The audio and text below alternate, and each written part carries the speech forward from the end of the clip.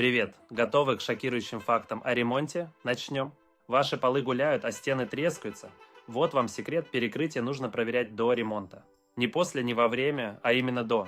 Второе. Алюминиевые провода. Они просто не выдерживают современные нагрузки. Меняем сразу, иначе рискуете остаться без света в самый неподходящий момент. И последнее, но не менее важное: старые стены. Их нужно усиливать. Сетка, грунтовка. Иначе все отвалится быстрее, чем вы успеете сказать «ремонт». А теперь вопрос на миллион. Какая из этих ошибок встречалась вам? Делитесь в комментариях, обсудим все ваши ремонтные вопросы.